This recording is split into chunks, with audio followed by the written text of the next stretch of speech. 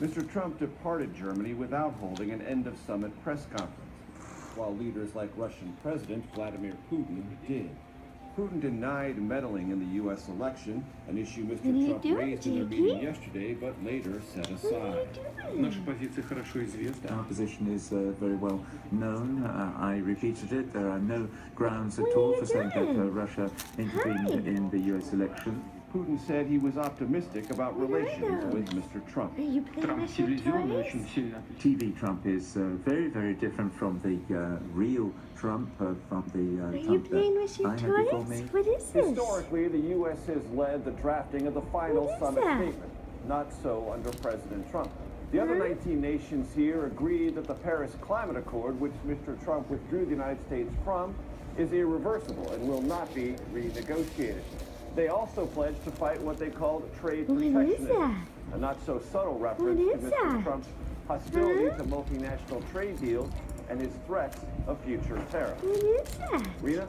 Major Garrett, thank you. Well, now that President Trump has addressed with President Putin the issue of Russia's interference in the election, what are the consequences? In an interview airing what Sunday is on all Face that the Nation, John stuff? Dickerson poses that question to Nikki Haley, the U.S. ambassador to the U.S. Let me ask, outside of the room, where things stand on this question of Russian meddling. When you and I last talked, you said at the end of the day, Russians need to know that there are consequences when they get involved in our elections. What are those consequences? Not just Russia.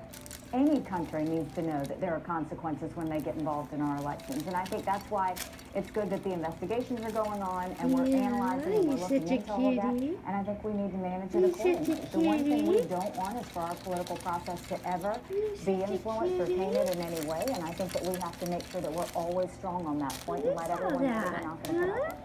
But given that the president, as you said, knows that the Russians meddled, what consequences will they face as a result of that action?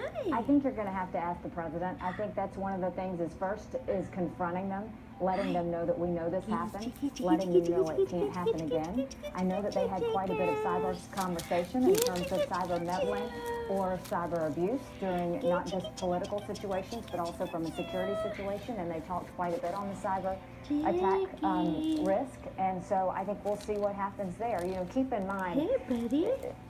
yesterday's meeting was all about talk, but at the end of the day, this is all going to be about action. We now have to see where we go What from do here. you see? You can see John's full interview with Ambassador Haley tomorrow on Face the Nation.